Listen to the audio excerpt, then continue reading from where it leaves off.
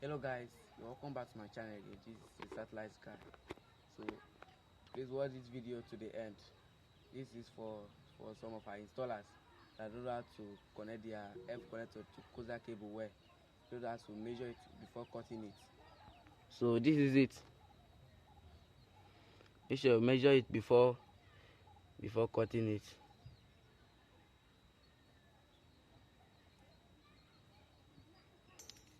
Then you remove it like this.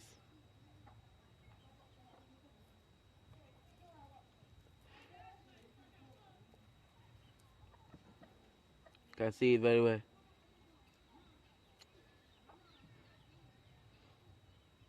Make sure this wire that is inside do not touch the one that is outside, or else it will affect your receiver. Okay,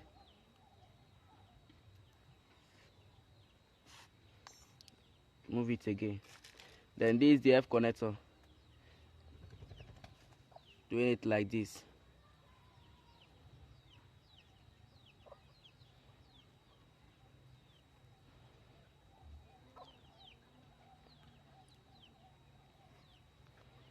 So I put in it. So this is it. So thank you for watching this video. I hope you like, comment and share. So if you have any question, just drop it on the comment section.